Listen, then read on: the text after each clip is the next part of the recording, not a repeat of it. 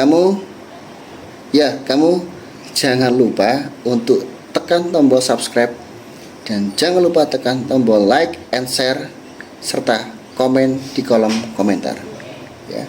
Karena channel Andi Kredibilitas butuh dukungan dari kamu karena kamu yang belum subscribe.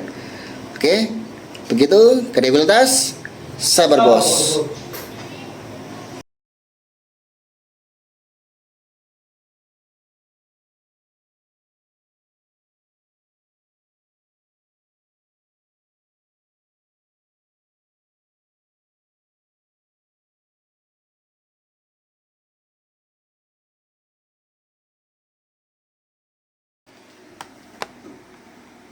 Assalamualaikum warahmatullahi wabarakatuh. Salam hebat. Kembali lagi di channel Andi Kredibilitas yang selalu memberikan program kreatif dan inovatif dunia disabilitas. Kredibilitas? Oke bos. Oke bos. Wah salah bro. Pak di briefing. Kredibilitas sabar bos. Siapa bos? Nah sabar bos. Sabar dulu teman-temannya di sana. Disapa teman-temannya itu. Oke, hai gitu. Hai. Kameranya bos siapa? Bukan penonton di sana bos, siapa bos? Hai. Hai. Nah, oke. Gini. Jadi sekarang kita akan berbincang langsung dengan Mas Tommy. Mas Tommy ini adalah kru baru Kredibilitas, ya. Jadi asalnya mana Mas? Surabaya atau Jakarta sih? Surabaya. Nah, asalnya memang Surabaya dulu. Cuma kemudian lama di Jakarta Mas ya. Kemudian setelah itu kembali lagi ke Surabaya. Nah, kita akan mengupas habis tentang Mas Tommy. Sama namanya Mas Tommy sama? Tommy ayam buka bukasa. Tommy ada Boga Perkasa. Kok tepung Mas? Tommy. Oh, ada KTP ya. Pokoknya Tommy namanya lah. Nanti kita coba kita lihat nama panjangnya. Pokoknya ada perkasanya nggak salah ya. Tapi tutup Boga Mas. Boga lah tepung Mas. Ya. Oke. Jadi kita coba akan mengupas habis tentang siapa sih Mas Tommy ini sebenarnya dan kenapa dia bergabung di Kredibilitas. Oke. Mas Tommy. Ini Pak Andi ini kan dapat informasi dari temannya Pak Andi nih ya, bahwa ada saudara yang memang membutuhkan bimbingan. Nah, karena ada beberapa hal yang harus kita bimbing bersama untuk Mas Tommy sehingga Mas Tommy masuk di Kredibilitas. Coba Mas ceritakan Mas Tommy sebelum masuk sini ngapain aja sebelumnya? Di rumah nganggur. Di rumah nganggur. Main game mulu. Main game apa Mas? PS. Waduh, pecinta PS nih Rek. Terus Mas? Ini cari Mas nak boleh PS lagi wis. Kerja balik uang sendiri ngomong. Tapi nak sama main PS. PS disimpen aja, aku ngomong. Aku sama Mas. Aku butuh duit, kayak makan. Butuh uang buat makan? Kayak ibu. Terus nggak ada apa-apa aku. Ada Bapak sudah ada? Ada. Oh. Di kubur Jakarta pas pindah rumah baru Pak. Rumah baru. Terus Bapak bersih-bersih pas tidur. Pak tak bangunnya jam pas 3:30 pagi pas sholat pas sujud Bapak. Nggak ada. Pas aku sholat ambil barang-barang Bapak. Doa lama doa nggak usah ada. Ya, oke. Karena tadi disampaikan Mas Tommy bahwa ayahanda dari Mas Tommy ini kan sudah meninggal dunia. Ya. Maka kita doa dulu sebentar ya untuk ayahandanya Mas Tommy ya, almarhum ya. Oke. Kita baca Al-Fatihah. Kita khususkan untuk ayahanda Mas Tommy. Untuk ayahanda Mas Tommy, Al-Fatihah. A'udzubillahi minasyaitonir rajim. Bismillahirrahmanirrahim. Alhamdulillahirabbil alamin arrahmanirrahim maliki yaumiddin. Iyyaka na'budu wa iyyaka nasta'in. Amin ya rabbal alamin. Jadi begini saudaraku di sana bahwa saudaranya ayah dari Mas Tommy ini sudah meninggal dunia dan sekarang Mas Tommy ini Bapak tuh memiliki ibu ya, masih ada ya, masih alhamdulillah masih sehat ya. Kemudian apa? Tompo, rasa salam. Oh lumpuh mas, astagfirullahaladzim. Oh makanya mas, kalau sholat itu Mas Tommy harus berdoa buat ibu itu loh, karena biar diberikan kesembuhan. Karena doa yang paling mujarab adalah doa dari anaknya. Itu ya, jadi ini kita doakan juga untuk ibunda dari Mas Tommy biar segera sehat ya. Kemudian Mas Tommy juga ditemani oleh kakaknya gitu ya. Oke Mas Tommy, selama di Jakarta ngapain aja mas kegiatannya? Nyapu-nyapu musola. Nyapu-nyapu musola? Loh, memang di sana ada musola mas? Ada. Oh, loh mas Tommy yang bersihkan? Iya, ada Ustadz sibuk, pakutnya ada, terus membantu kurangan. Kekurangan? Berarti butuh orang lagi untuk bersih-bersih di sana? Iya. Kemudian selain bersih-bersih apa mas kegiatan di sana mas? Ngewangi semua, membantu Ustadz. Bantu apa? Bersih mobil semua. Bersih-bersih mobil?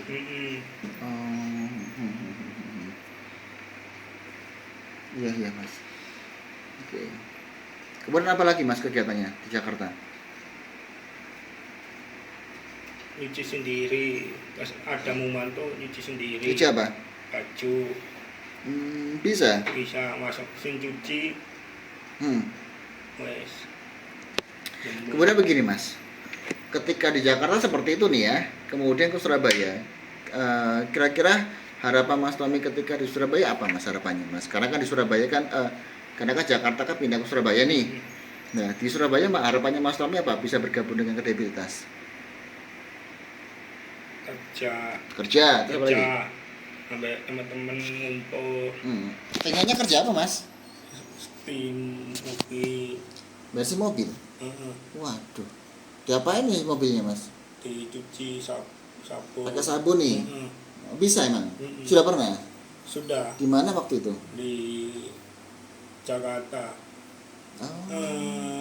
Sekolahan ada. Ada sekolah? Jakarta di sekolahkan sama Mbak Pak Andi sini sama. Aku kuat. Terus? Mas, aku kuat kayak.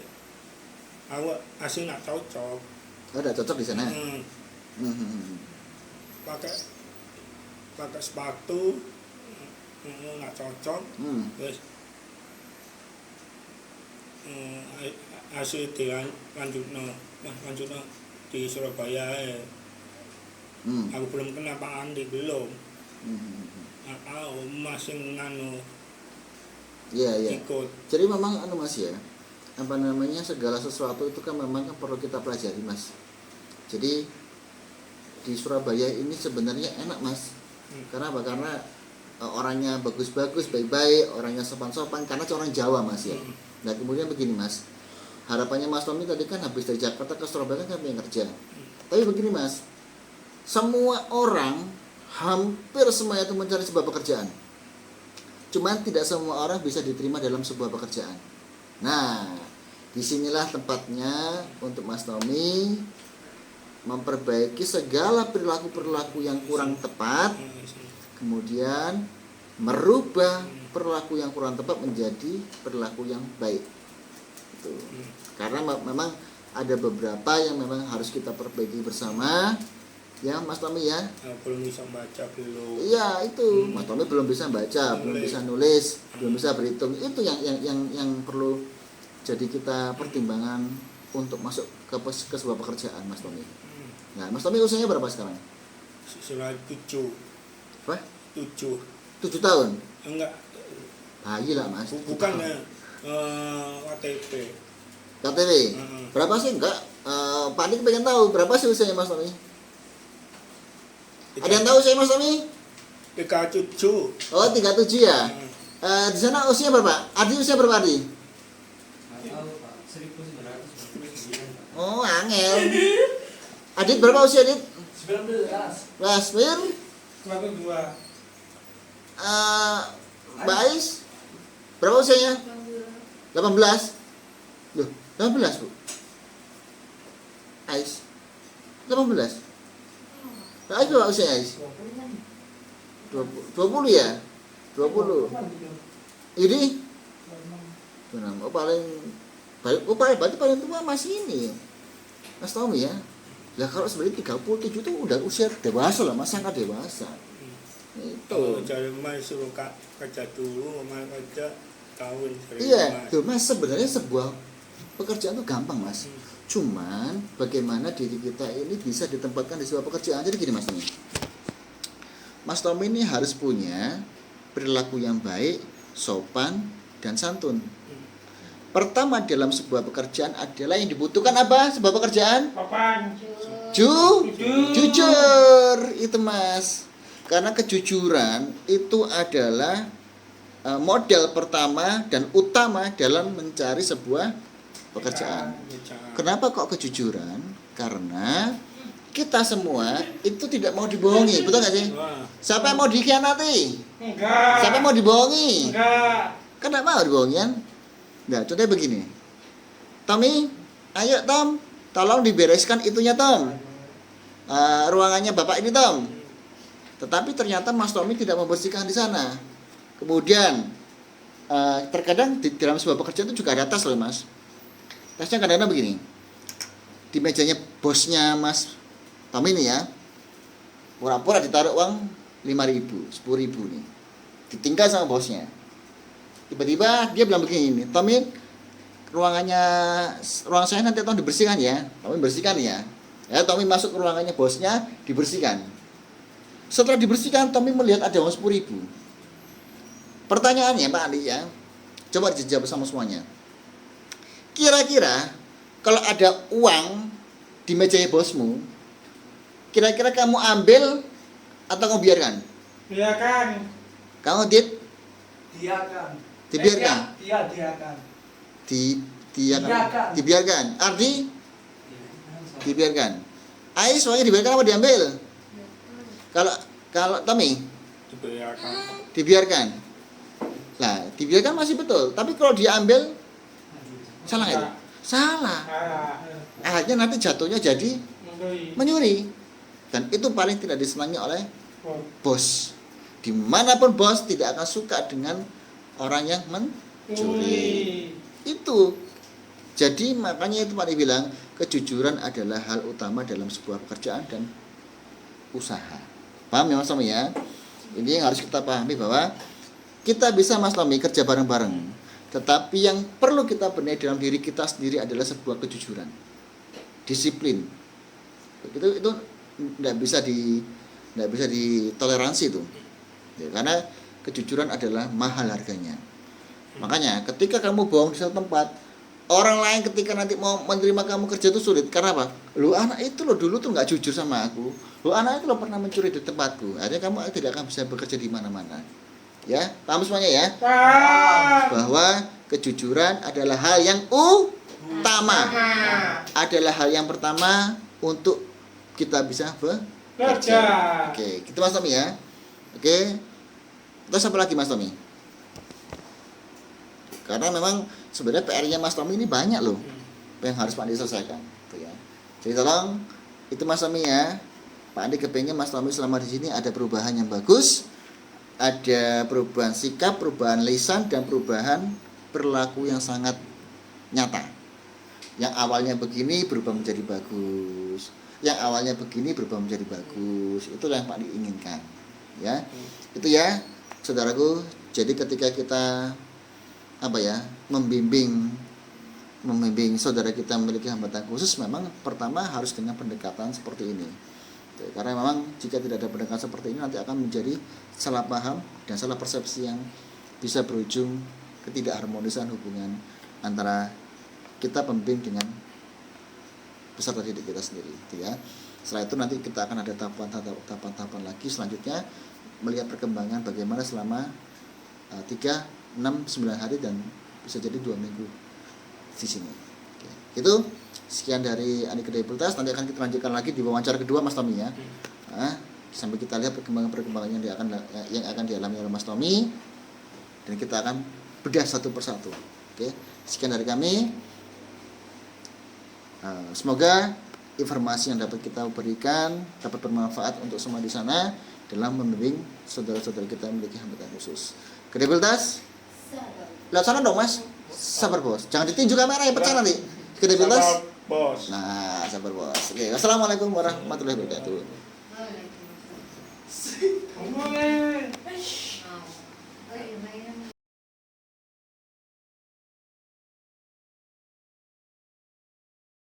Kredibilitas.